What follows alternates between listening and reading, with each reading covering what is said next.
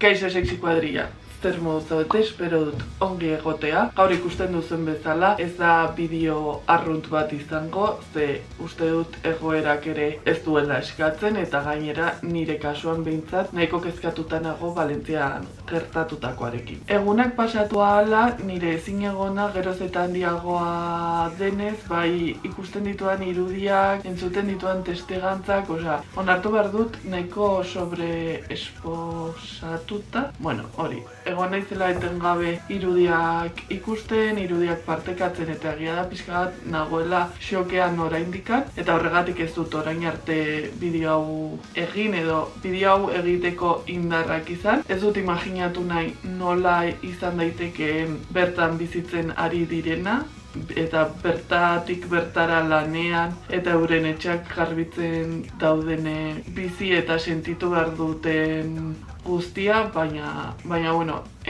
hemendikan Euskal Herritik nik banuen eta badut behar bat pixkat zuekin partekatzeko buruan ditudan ideia pentsamendu guztiak, ze iruditzen zait honek ere eragina izan dezakela gurean, eta gaurko bideoa horretarakoa da. Amorru izugarria ematen dit gertatutako guztiak kudeaketa politiko eskas baten ondorio delako, edo zuzenean ez delako kudeaketarik egon hasieratik, inkluso gertakariak aurre ikusteko eta prebenitzeko, eta gainera esango nuke asko dagoela horretan sakontzeko. Hasi behar gara ulertzen azken hauteskundeen emaitzen ondorioz PP jarri zela Generalitateko, Valentziako Generalitateko gobernuan, Voxen bozkekin, eta biek batera osatu zutela gobernu taldea. Gobernuan sartu ostean hartutako erabakietako bat, Valentziako larrialdietarako unitatea desegitea izan zen, tauromakiarekin lotutako ekimenek eta ekintzek aurrekontuetan milioi bat baino gehiagoko partidak eramaten zituzten bitartean. Valentziako Generalitatean AMT-tik jasotzen zituzten abisuei ez ikusiarena egiten zieten bitartean,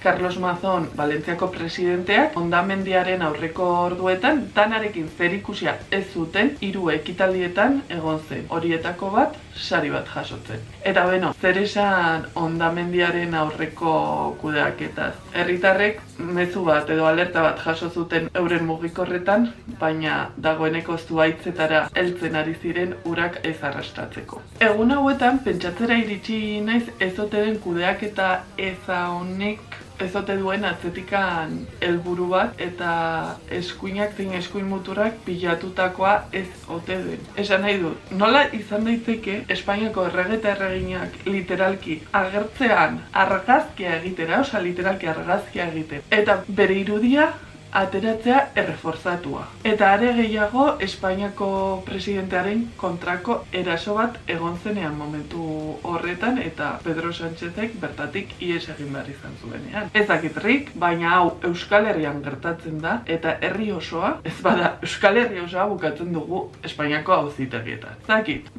sonatzen dizue Altsasuko kasuak?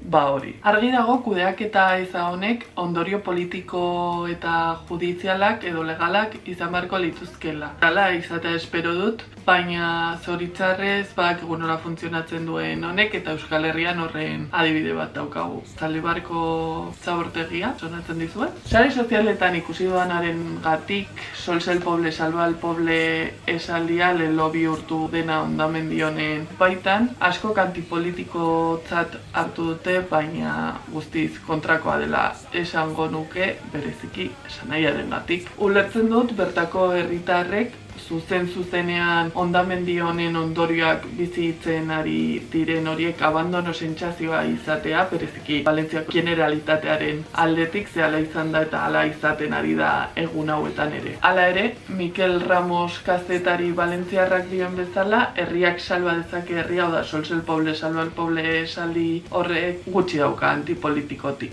Kazetariak isa sare sozialean idatzi duen bezala, elkarlanaren eta elkartasunaren babesetik dator. Erakundeetatik kanpo funtzionatzen duten sare komunitariotatik. Horretan parte hartzen duenaren ohiko leloa da Sols el Poble, Salva el Poble, eta publikoari uko egitea guztiz kontrakoa da. Aipatutako kontzeptuak oso errotuta daudela esango nuke gurean, Euskal Herrian, eta horiek oinarri dituzten hainbat adibide ditugula. Adibidez, presoekin lotutako ekimenak, atortxurrok, euskararekin lotutako ekimenak, izan korrika, izan herrigora eta gerraldia, izan ikastole zein eskola publikoaren aldeko jaialdiak, eta nola ezin ditugu ahaztu, herri eta auzoetako festak edo jai herrikoiak. Herritik eta herriarentzat sortutakoak direnak. Era berean, Txionetan kazetari valentziarrak erraten duen moduan barregarria da eskuinak eta eskuin muturrak kontakizunaz jabetzen saiatzea, sols el poble, salva el poble, esaldia bereganatzen saiatzea, ze haiengatik balitz bakarrik salbatuko zen ordaintzeko keenak, ze,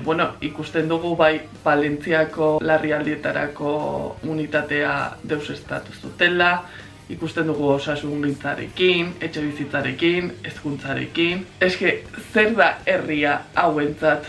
Sols el poble, salva el poble, zein da el poble, lehenengo el poble hori eta zein da bigarrena. Hala ere, ikusi ahal izan dugu nola hondamendia handiagoa zen lekuetara jende andana hurbildu den laguntzeko prest. Soinean material pila bat eraman da bai elikagaiak, bai garbiketarako materiala eta beste hainbeste gauza pisutsu soinean eraman da orduak eta kilometroak oinez zeharkatu dituztela eta egia esan hori niretzat oso unkigarria izan da ikustea elkartasun hori eta elkarlaguntza hori bereziki individualismo hori bultzatu nahi izan dutenen aurrean. Euskal Herritik ere lehenengo momentutik asko dira bertara bideratu diren edo bideratu nahi izan diren baliabideak izan instituzio publikoetatik baita norbanakoetatik hasita edo sortutako elkartasun kamioiak, furgonetak eta bestelako tresnekin Valentziarako bidea hartu dutenak, arropaz,